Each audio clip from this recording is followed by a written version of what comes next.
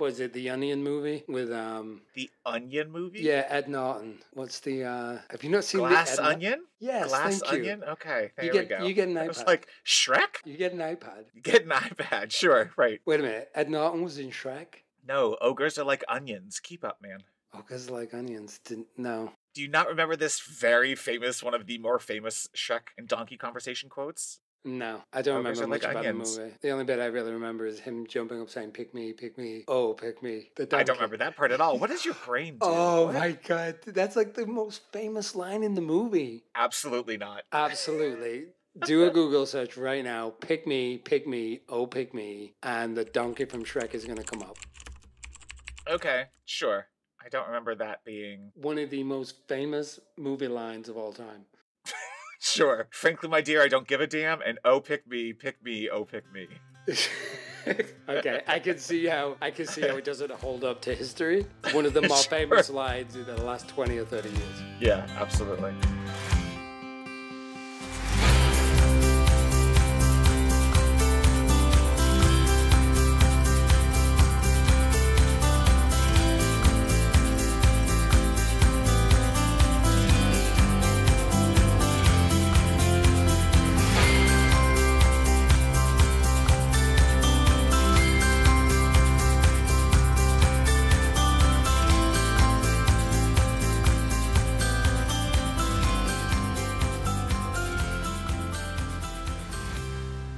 Welcome to Acceptance Criteria, where we talk about the good, the bad, and the ugly of how software gets made and how we can all do a better job together. My name is Kevin Thomas Euland, and across the chat from me is Andrew Greener. Say hi, Andrew. Hi, Andrew. We're also here to get deeper on the human element. I could go on for an eternity about people and how they think about the process of building complex systems. And I can't think of two better people to do that than Kevin and I. Well, sometimes there's three of us, so you're wrong. Today we have Mayor back with us again. Mayor is a VP of HR at a giant holding company in New York that will go unnamed. Say hi, Mayor. Hi, Mayor. Before we get into this week's show, I'd like to quickly remind folks that we are always interested in hearing questions directly from you, our listeners, for our segment User Stories. If you've got a scenario you'd like help with, whether it's working with an engineering or product team member, trying to figure out how to solve an agile process problem, or you just can't understand why your favorite app updated everything and it's now terrible, we're here to talk it through with you. You can send those questions to acceptancepod@gmail.com or submit them on the Discord and the User Stories channel, and we might be able to help on a future episode. And we're happy to keep it anonymous so no one can trace it back to you if you end up talking a coworker or something. On this week's show, we'll be looking at the more near-term future of AI and how it will or won't try and take your job. Hint, it's gonna take your job. I have a single word response for that. Fuck. No, please. Oh. Meh. Oh, we find ourselves on the same side. Take it. That's my take, by the way, too. Please, change the way we live. Change the way we work. Mm-hmm. Uh-huh. Uh-huh. Before we get into all of that, let's take a short break and we'll be right back.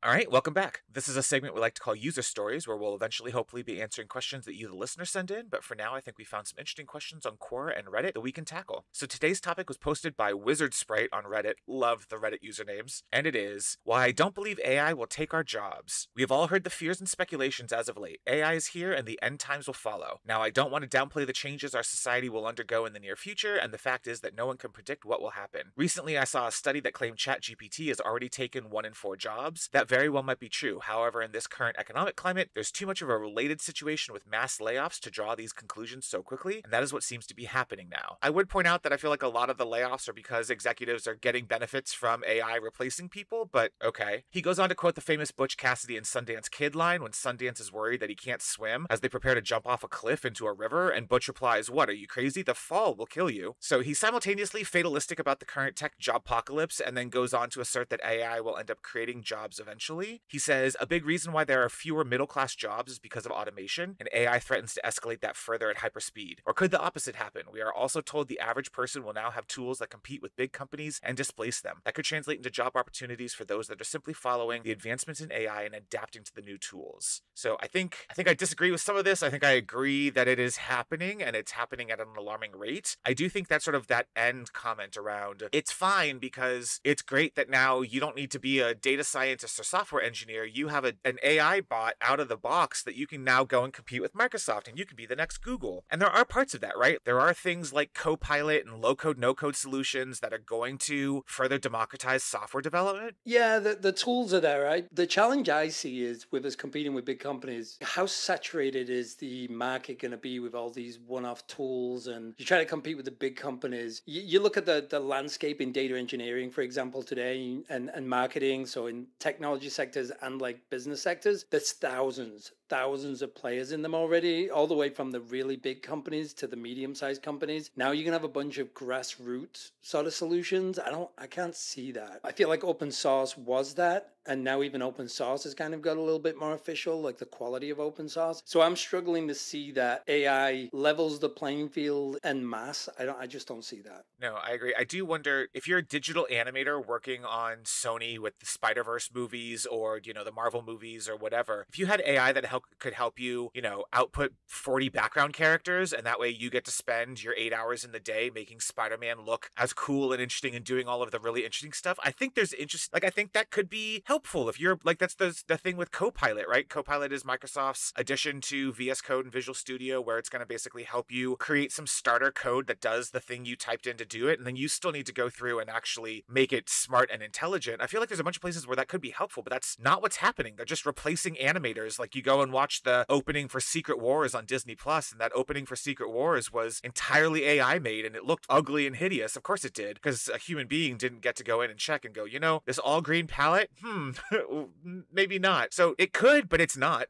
I think it just changed the types of jobs that you need. But it wasn't that what like the actors and all of them were striking over, like, don't replace, the background actors and such. It will probably do that. It'll impact the people who make the least and do these bit jobs that rely on like physical presence, but it won't. I think it just changes the types of knowledge workers that we will need and have, and automate some of these things that would normally be done in like Excel or. See, that's the part that makes sense to me, and yet right now we're using it to just get rid of those roles entirely, and I don't understand. Like, Sure. wouldn't you want the great output of right now you have like 120 people making a Marvel movie? Wouldn't it be great if the 120 people had the tools to spend all of the time you're currently paying them for, which you're not paying them enough, but let's pretend it's a better world and you're paying them well. They could make really amazing looking movies because they have AI churning out the blurry starfield effect in the background of the next Guardians of the Galaxy. Who needs a human being doing that kind of stuff? Spend the time where their skills could be valuable, but that doesn't seem to be the trend. I don't think so. What I find really interesting too is how many examples will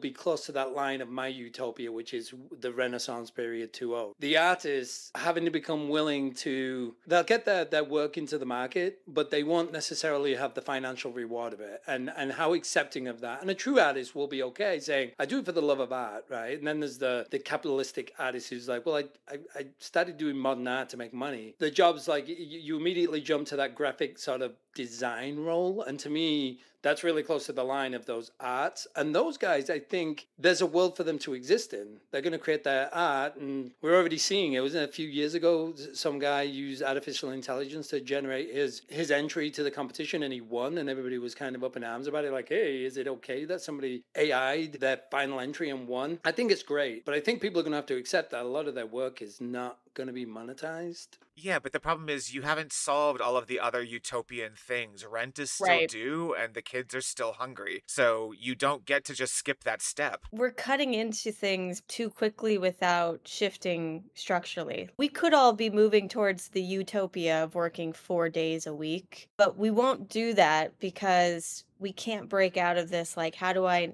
need a job that's like 40 hours a week or something, and time is money. We pay people like that instead of output. And you need to change you need to change a lot more than just like what do our jobs look like. We need to like reshift that people don't have to slave away for 8 hours a day. It's probably really important for Mayor to understand our positions too. I agree with everything you guys are saying, but I don't believe that we will move into the future calculated. And I'm not sure No. we should. I believe that we should charge headlong into the future, as we've always done, and will evolve. And my favorite quote, I've used it a few times in different episodes, is a terrible movie, but it's a John Cleese quote where he said, it's only on the brink that people will find the will to change. Only at the precipice do we evolve. And so I think drastically fantastic things will actually maybe tear down or become evident as events in society before we actually address some of these issues. And I think, Kevin, it's fair to say that you want a much more structured, measured approach to the future.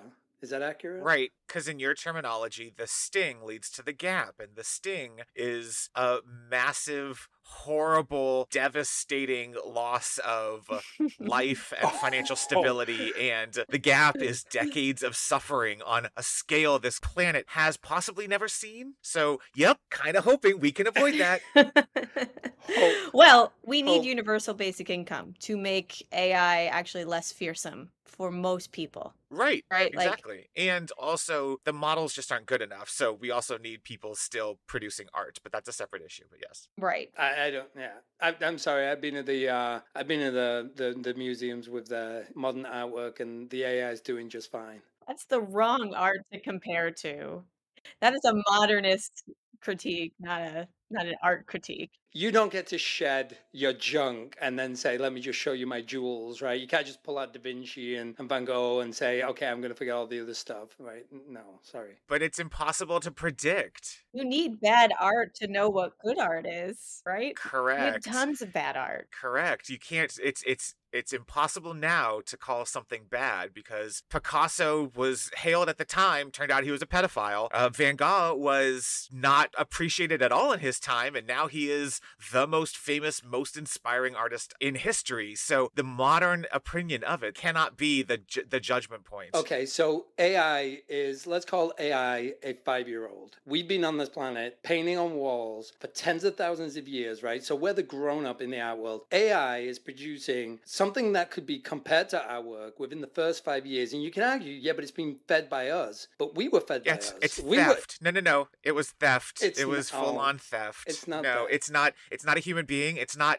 inventing its own creativity. It does not have the neural network is a myth of a phrase that they use to describe a complex algorithm. It is not a human being seeing Picasso and Monet and all of these things and taking that interpretation in their brain and producing their own unique output. It is theft, homogenizing and refactoring out other people's work, and it's doing it poorly because it's a bad 5-year-old. It's like a derivative machine, right? Like that's just what it is. Exactly. Oh, I'm sorry. We're not a derivative machine. We absolutely are a derivative machine. But we're people. I think this argument is actually, there are so many complex problems to solve. Like, did you hear about the AI thing that it was designed for like pastry to detect in a pastry that someone was ringing up so that at the counter it could be rung up more efficiently or something? I don't remember. That machine ended up being able to detect different types of tumors, like advance the science there. It's like there are so many complex problems that we can use this to solve. I saw the other day that they're using AI to actually unravel the Herculean scrolls that got destroyed in Mount Vesuvius like eruption. So like they can actually now read those things through AI technology. So there's so many like complex problems to solve, but we are framing this in such a late stage capitalist framework that we can't actually use the technology to do the things that it should now do and make our lives better, easier, healthier, etc. Fully agreed. Mayor is now on Team Kevin for this specific part of the argument. Why are you wasting time trying to put artists out of job when you haven't given them universal basic income? Stop it. Stop it. Start using it for good things. Go away. No, I'm not. I'm not talking about putting artists out of business. I'm saying you currently are. You currently are. That's currently what's happening because people like you think that guy submitted his art, quote unquote, to the competition because he typed in a really well constructed sentence into an AI prompt. Good job, buddy. You should have entered a writing competition. But I think the world takes all sorts. Do I not have a story to tell because I can't write? Like I can interview someone and say, well, you can't read, you can't write. Maybe your mental capacity not there. You didn't have formal education, but they don't have a story to tell because they can't write their own book. That doesn't make any sense. But if I'm using AI to generate what I feel and think, I'm getting the system to write for me. I'm getting it to paint for me. There's nothing wrong with that. I want to see artwork from people. How many people do you meet day to day who say, I can't sing, I can't draw, I can't write? And I'm like, everybody can. The attitude that you can't do these things will stop you from doing it. But if I gave you a tool that would actually take your vision and put it into a work of art, I would die to see that stuff. So yes, I'm saying I want to change the artist world from being a business to a renaissance, which is I want to see everybody's work. I want the market to be saturated with art because everybody's an artist. And AI will do that. A populist hero. The AI on me. You.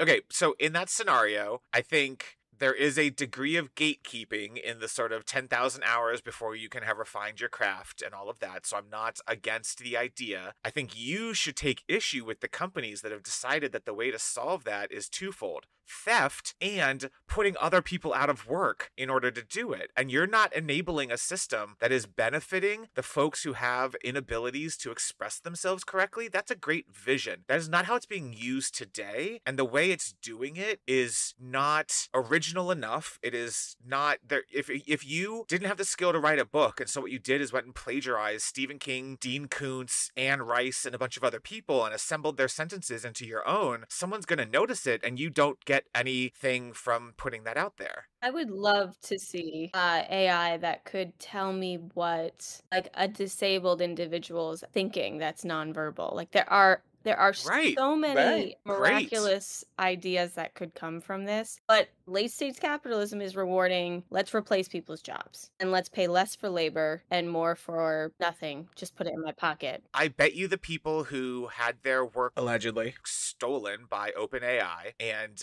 used to train all of these models would absolutely waive any kind of copyright license fee if they knew it was being applied in those ways. But that's not how it's being applied. It is being applied in a way that makes other people money on their backs. And in the current capitalist system we're in, that's called theft. So you can argue that in 150 years, when everything's better and universal basic income, a bunch of other things have gone away and I don't need to worry about being stolen from, because that's the thing that prevents me from making money in the way that I have honed the 10,000 hours to make myself good at this craft, that's fine. But your idealistic version of this model is not how it's being used. So if you want to go tell OpenAI, here are the medical conditions you're allowed to use it with, please do. But also tell them to stop stealing people's jobs. A really smart person said to me a few weeks ago, there's not a lot of new stuff. It's all derivative, right? And I'm sorry, but there's a finite number of sounds you're going to get out of music over time, right? At some point, it's going to become ridiculous. Where it's like, hey, that's my song. It's the same chord progression. It's got the same melody. And it's like, well, 10% of it. It's like stand-up comedians. Like, they don't want to listen to other stand-up comedians because they're like, look, just subconsciously, we're going to be influenced. We find the same things funny. You and I cracked a joke a couple of weeks ago on a call, Kevin, and we made the exact same joke because you know what? We're just churning math and we're just deducing and we're just coming out with the same numbers at the end. There's going to be a finite amount of stuff. So people popping up saying, that's my work. I say, well, I bet you can find 1,000 instances in history where it's actually not just your work. Absolutely not true. You're arguing against yourself and you don't even know it. You and I are morons. We are not comedians. We have no idea. Of course we went to the same joke. The people who have refined their craft are truly creative. Music is truly one of the most magical, powerful things in the universe. Mhm. And the fact that Vanilla Ice is the only example you can go to of someone who didn't do it the right way, pop music, all classical music, jazz is terrible, but jazz is the definition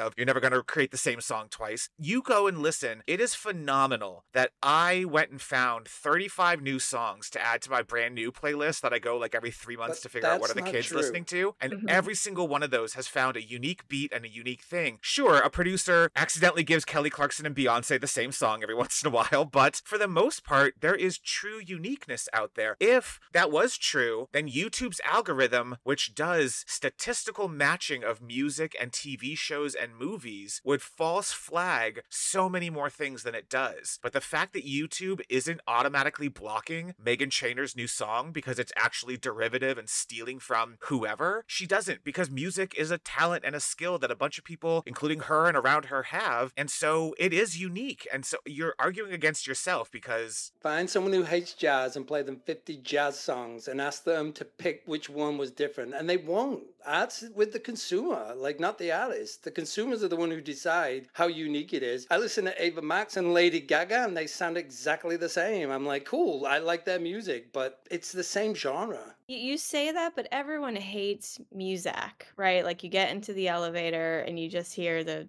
bullshit like, like whatever. It will come to a point where it's like it's almost too perfect or too linear or too whatever. There will be, you can tell when music is not made like the autotune, like, you know, you can tell when it's made without soul, and that will happen, I Yes. think. Yes, but it's happening now. But our is better than AI's crap. Like that's not fair. It's not fair to say, hey, we can churn out decades of auto tune crap, but the AI does it, and it's all of a sudden like, oh, standards? No way. Come on. We've been Absolutely. churning this chunk out for years. Kind of like the iceberg again, like you see the top of like pop music where it's like the crap, right? And then there's hundreds and hundreds of artists who are under the surface who are brilliant and should not be, you know. Spotify is screwing them right now. Spotify is screwing them right now by having AI go and fill a bunch of playlists with nonsense generated music, which only serves to reduce the likelihood that a true human being, again, you don't get to skip the part where we're still in a capitalist society. No, here's the deal. In 20 years, when I'm eating vanilla ice cream and I say to my AI system, generate me a song that will go well with this ice cream, I will get a song. I will not get that out of humans. I just That's won't. so soulless. It is. Why aren't you developing no one a ever taste said and appreciation for music? You absolutely should. We're human beings. Our souls deserve to be nourished, and that is not nourishment. That is empty calories. It is funny to me that the tech guy is arguing to replace the artist, where I think the AI revolution is more likely to replace you guys. Like, right? Yeah, Exactly. Am I But wrong? no, but no one's protected, right? We're not sitting in an ivory tower saying everyone else but me. I'm saying, and I explained this to Kevin in a previous episode, I'm probably one of the most selfless humans that you'll ever meet, because I actually worry about 500 years from now when I'm not here, right? In hope that maybe I get backed up and uploaded to a better looking version of myself in the future. But This episode is brought to you by Upload on Amazon Prime, featuring the good Amel brother.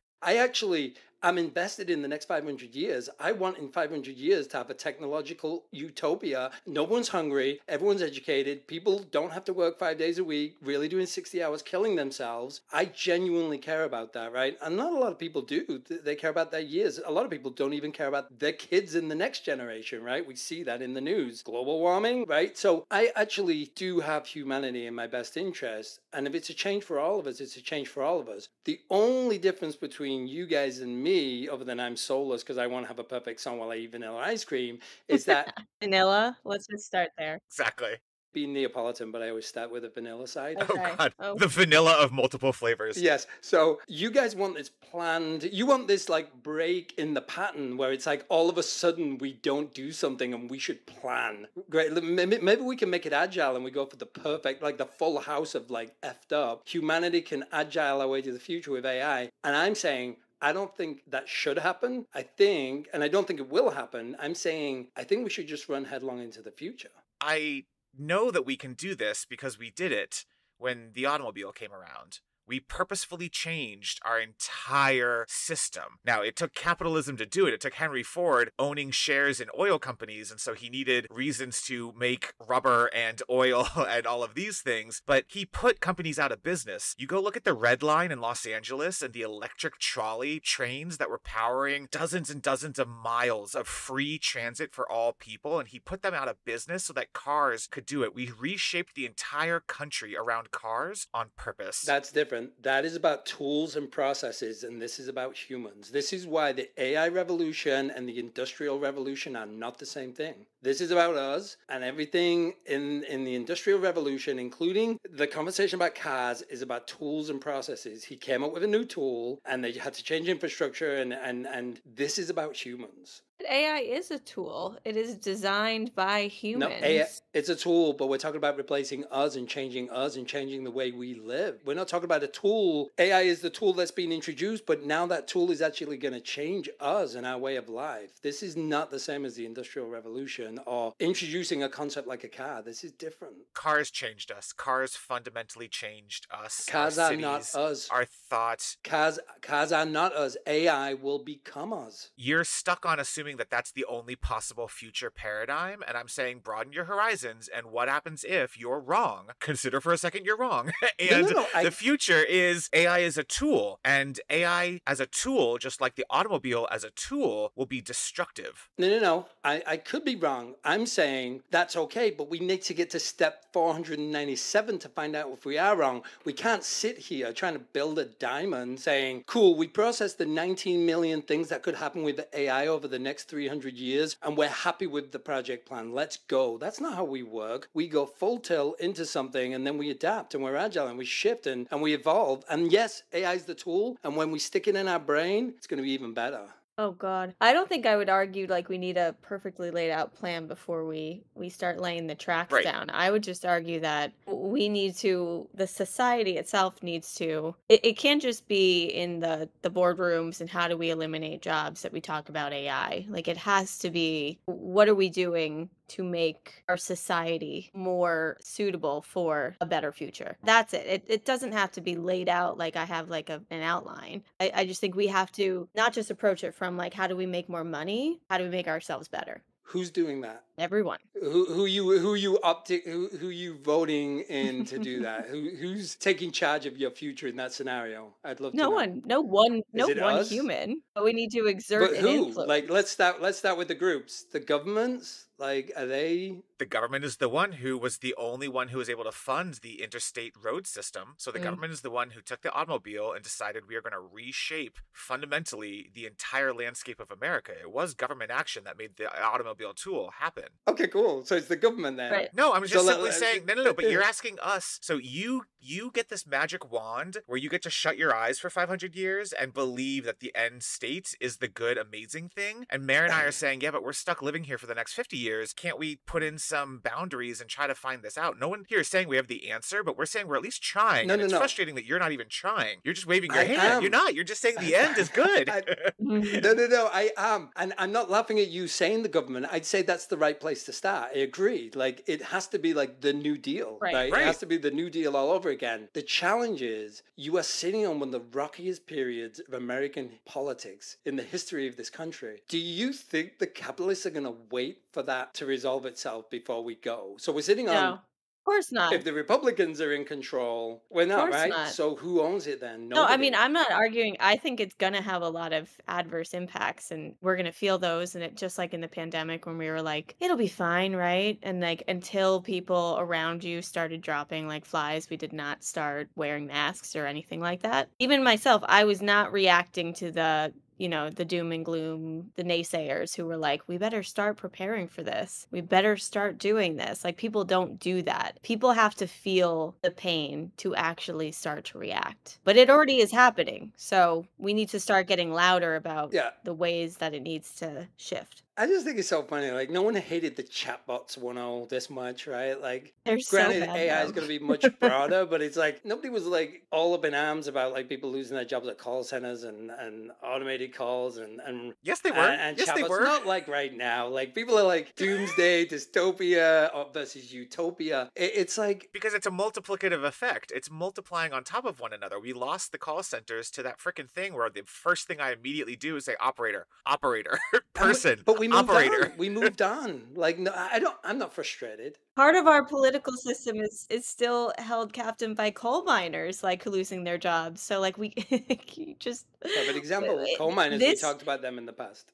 This is centuries like worth of evolution that Yeah, I think you're taking a single recent example and saying that recent example is the only thing that is in the context. And I think it's one of those things where, no, like Mare's saying, it's the last however many decades and centuries of changes are piling up and getting worse and worse. And it's an exponential effect. It's like when I thought it was really interesting watching the O.J. Simpson trial, like documentary or whatever it was a couple of years ago, right before they did all of the like acted versions. And it was one of those things where when you put in context the LA riots, even though that was several years years beforehand. The context of the LA riots impacts the way that jury perceives the police and the prosecutors and everything. And at the time, as a person who didn't live in LA and didn't have that context constantly on mind, the OJ verdict looks very weird and different because you don't understand what's piling on. I think you're taking call centers as an old independent thing, and then we had another freak out, and now we're having this freak out. This freak out is the culmination of decades of freakouts, and it just feels worse because it's stacked on top of 30 earlier things. It doesn't have to replace them though, right? Regardless, it does depend on humans changing, because the top doctor in one of the top hospitals in America and their ego might also be the same. Like, hey, machine, I've been doing heart operations for 30 years. Like, I don't need some computer helping me. It's actually Chicago Med actually has like this storyline right now where like the machine helps them do surgery with improving probabilities. Like, you're about to act, there's actually an air bubble, this guy's about to embolize or something, whatever. You got to stop and fix it. You know, the egos of the doctors and the surgeons are all like, I don't need this. People don't trust machines, right? So like this is not going to be pretty, I think. And also humans are feeding every input, so it's naturally biased and has the same things that are wrong with us are built into the machine. So and also, we're not building systems with the goal of supplementing us. We're building the systems with the goal of replacing us. And that, I think, fundamentally is the problem, is that we are however many decades away from having AI that truly can respond in a panic when the air bubble gets missed. Mhm. And you now have 7 seconds as the doctor to throw the stitch that is going to save the person's life. I don't think you have enough trust in the QA and the development that went into that AI model right now. And so, agreed, if a cop could have a thing showing them, hey, the computer vision is not calling what's in the person's hand a gun, you're not gonna pull your weapon right now, I'm gonna keep your holster latched. There's benefits to supplementing people to make smarter decisions, but the current path right now is taking people out of the equation, and I think that's why people get their ego messed up correctly. So I just did a ton of reading for this for one of the papers I'm working on, and it was centered around the Air France flight. I think it was 447.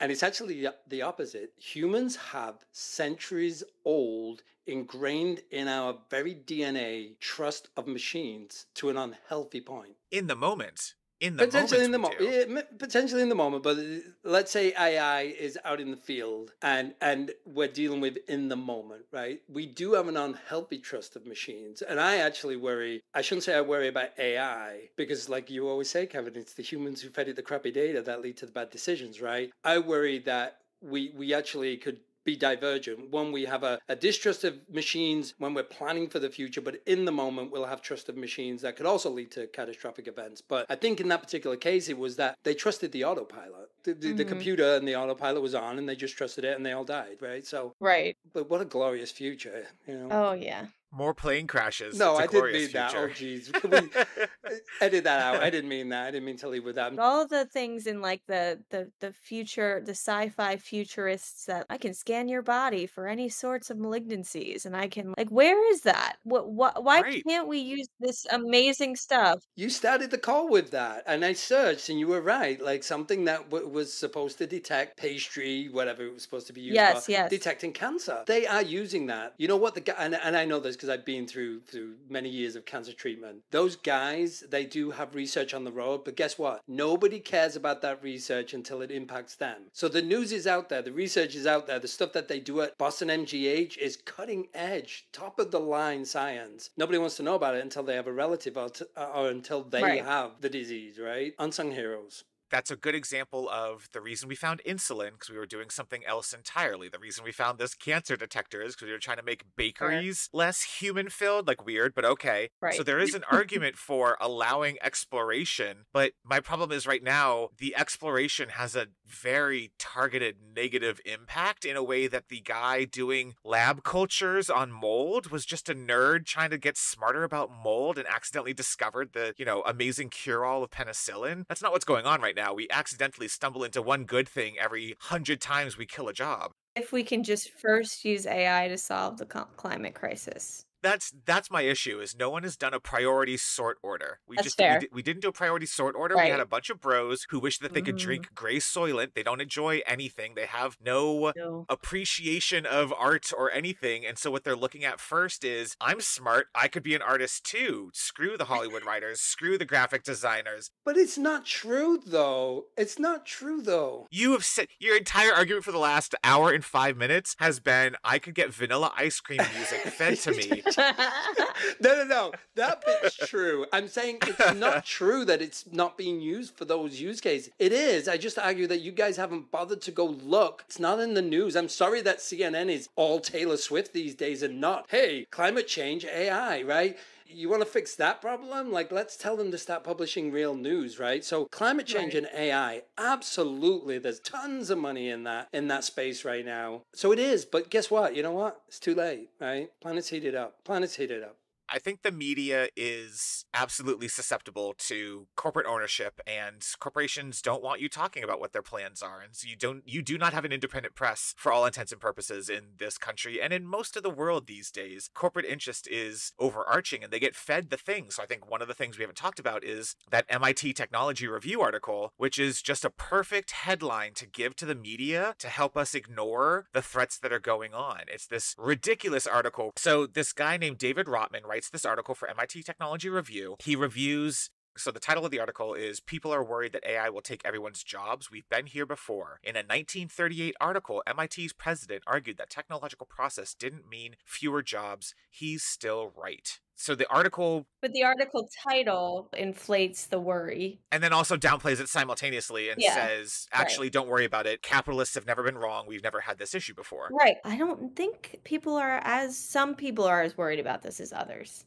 Yeah, that's fair. Here's the deal, right? For the 1,000 articles I can pull up saying, hey, this is just the Industrial Revolution, there's another 1,000 I can pull up where it's doom and gloom. And you know which side I'm on, right? We'll call it the doom and gloom side, but I actually think that will lead to change, right? That's my optimism. McKinsey Global Institute said up to 800 million jobs worldwide could be displaced, not necessarily gone, by automation by the year 2030. 6 years from now, Oxford Martin School found that up to 47% of total US employment is at risk of being automated, because there's a lot of us who don't view this thing as the same as the Industrial Revolution or the New Deal of the past. Like, this is not the same. We are the deal. We're getting, the way we think, the numbers that we end up with, the content we create is getting replaced. That's the difference for us. Yeah, but the 800 million people who are going to be jobless and therefore soon homeless don't care about what's going to happen in 500 years. I understand that, but that's the precipice. That's the change. That's the event. You won't have 1 billion people lose their jobs and not turn against the establishment and demand change. And I'm saying, in my world, you have to get stung for the change. Just like America is the country where, when you do enough bad things, just like, you know, and I don't fall on either side of this argument, when the police do enough bad things, people take to the streets and they exert their power. I'm saying, if you take 800 million people out of rotation, that sting will lead to change. And I'm saying the alternative is to your line of thinking, which is we have to be conscious about this change. And I'm saying I do not have faith in the establishments to be conscious about this change. I don't either. No, that's what I'm saying is I'm complaining about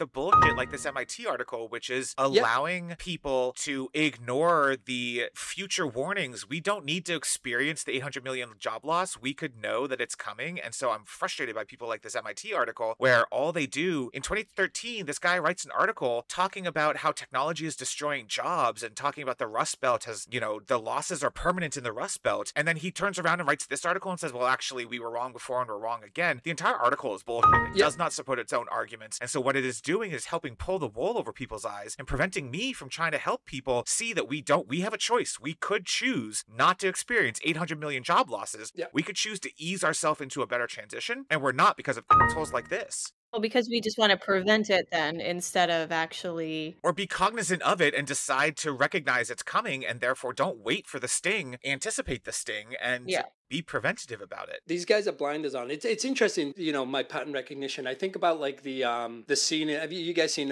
is it Up in the Sky? The one with the meteor that's going to crash into Earth and Don't Look Up. Don't Look Up. Thank you. And they go to the president and the crazy son, right? And they're like, hey, this is the deal. The world's going to end. And they're like, well, we can't just tell people that. Like, you can't just bring that kind of news like, oh, and by the way, the world's going to end, right? Like, people are not going to receive that news well. And I wondered sometimes, is that what these people are? Where you're like, no, we can't tell them the truth. You can't go out there and say 800 million people are going to lose their jobs. You have to cushion it, right? No one's going to care about your article in 20 years when all those people are out of work. And I know you and I agree on that, Kevin. We've talked about that in the past. I know your position on that. But if mine is the only alternative, if mine is the reality, how do we live in that reality? Is it up to people like us and as innovators to say, we're going to tackle the gap? If the government won't handle it and private sector's too busy making lots of money, then are we going to be creative? And this is far out there, right? Way out in left field. Is it saying, hey, 20 of us need to go buy a piece of land in Arizona and create our own town and our own community and our own jobs and our own technology? We got to get off the grid creative for that new world if nobody else is going to take care of us, right? You won't survive off the grid.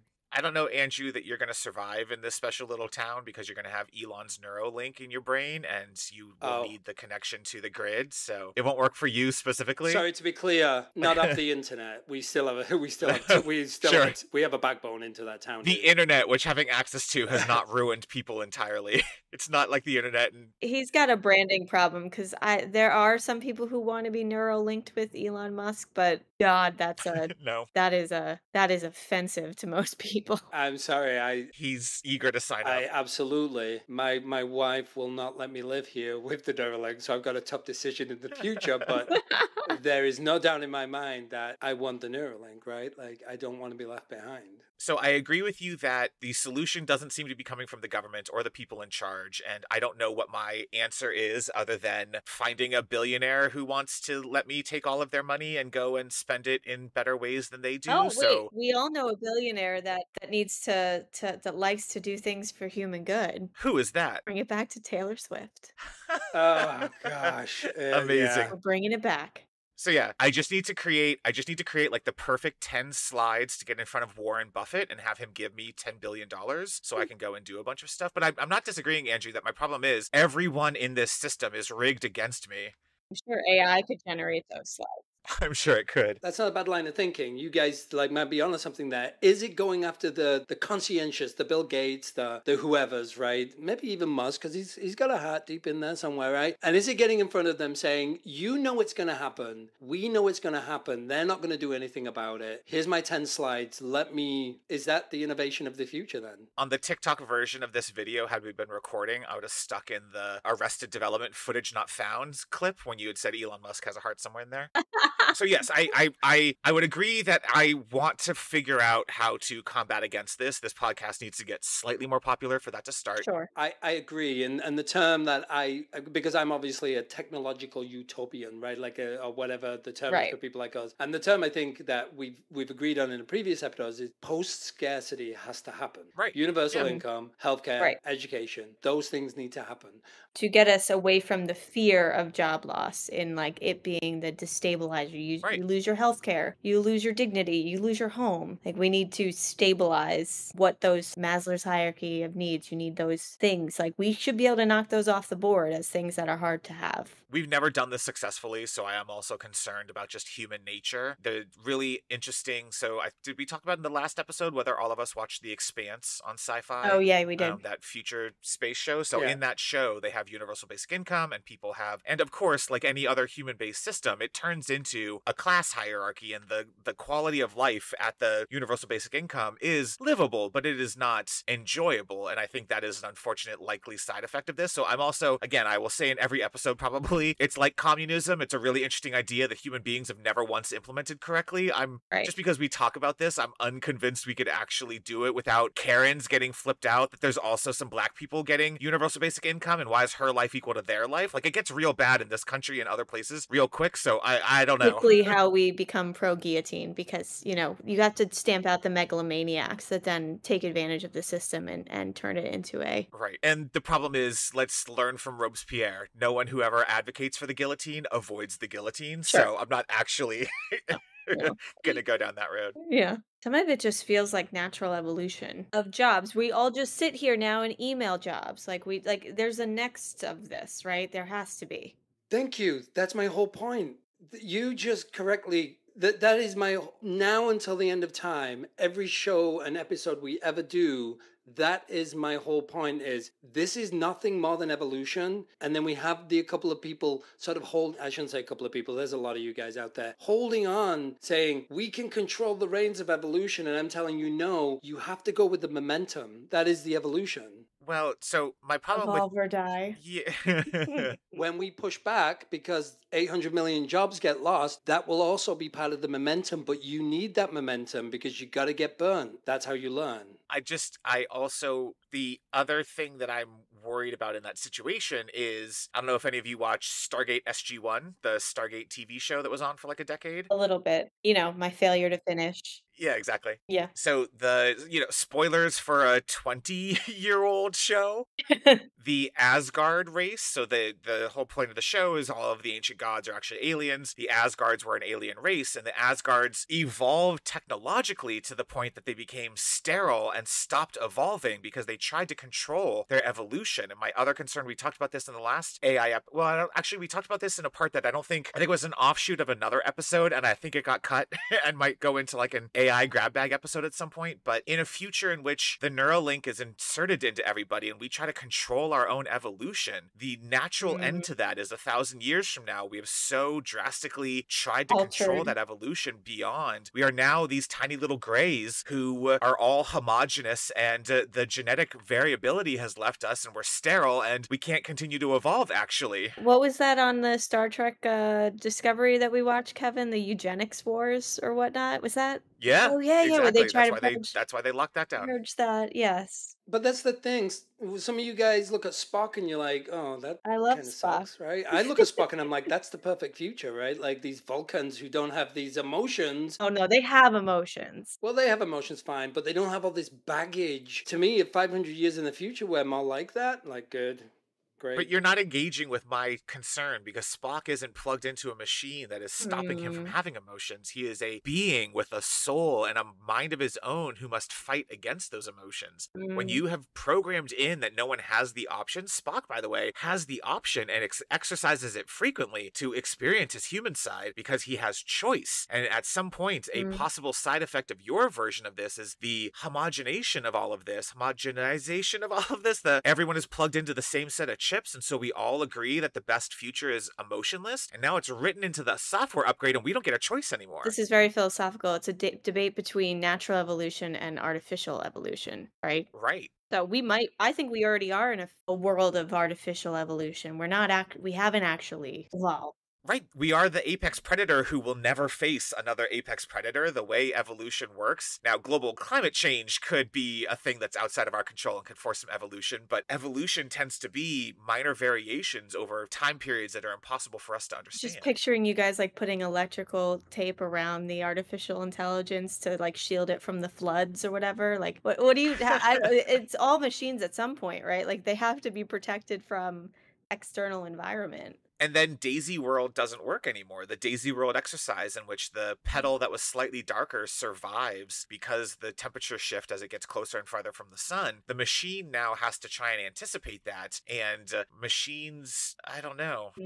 Let's go there. Yeah. Let's go there. And I'm not saying I won't be on the fence at times, throwing petrol bombs at the authorities because they're trying to control us through chips. Maybe I'll be on their side and maybe I won't. But I look at today and I think about some of these fringe groups, and I don't see those problems getting solved in the current evolution, right? Our current version of humanity. And I look at these people who are like, there's some of the more controversial group like incels and people who they've said will never have a partner. So it's almost against like our natural evolution. Like these people are now living lives that are unnatural. And I think to myself, well, in my future, no one's alone. No one suffers that pain of being alone, right? The more plugged in we are, the more hopefully people will start to look beyond the superficial and say, I never even really know what this person looks like. I just love their brain. And all I'm trying to say is let's make sure Ben Shapiro isn't the one who ends up in charge of that, because in 1,000 years we'll all be white dudes who aren't alone with our Japanese anime fake partners. And it's a real it's the death of humanity. No, I mean, my worry is that or conclusion from all this is like the capitalists are trying to lead the way, and we need to not let them Right. be the only vanguard in this. Like we have Exactly. to. They've won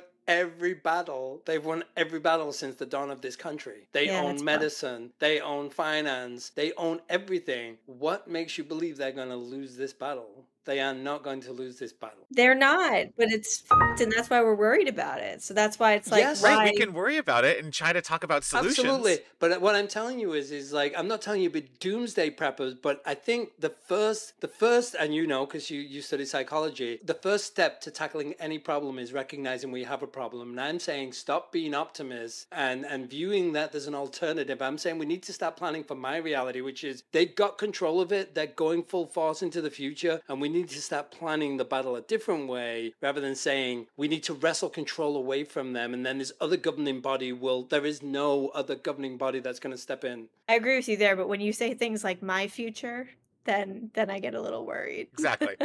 That's the thing is I will come back to one of us is Professor X and one of us is Magneto, and we're both looking at the same destination. We just think the path there needs to be different. Am I covered in blue paint in this metaphor? In this out? Yeah, sorry. It's kind of weird. What am I in this? Yeah.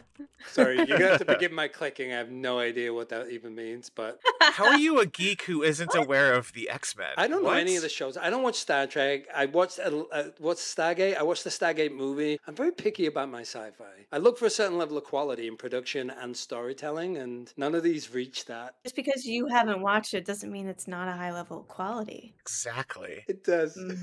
No. It does. This is my concern is you're trying to opine on art and creativity, and Yeah, you your clearly inputs are like 7 shows from England. Just give me a search. Blue person, Dr. Magneto. Yep, that's a good search. Okay. All right, well, that's going to do it for us on this episode of Acceptance Criteria. If you liked what you heard, maybe go and drop 5 stars on Apple Podcasts or Spotify and leave us a nice review. And if you didn't like what you heard, remember the name of the podcast is Jordan Jesse Go. Also, tell your friends if you like the show and that they should check it out. Some of the best podcasts out there grow by word of mouth, and we'd much appreciate it. To read articles we've written on similar topics to the ones we talk about here, head over to the blog at acceptancepod.com. You can also follow us on most apps. We're at acceptancepod. We'll post links to show notes and any articles from the blog over there. We're also building a community on Reddit at r/acceptancecriteria and on Discord. You can find links to both in the show notes and on the blog. And I promise we'll be moderating the crap out of them to keep it a nice little slice of the internet. For now, I'm Kevin Thomas Euland, and you can find me on most apps at kthomaseuland. That's ULLAND. And I'm Andrew Greener, and you can find me on most apps at Criteria Greener. That's GREINER. And this has been Acceptance Criteria. Thank you for listening, and we look forward to hearing from you soon.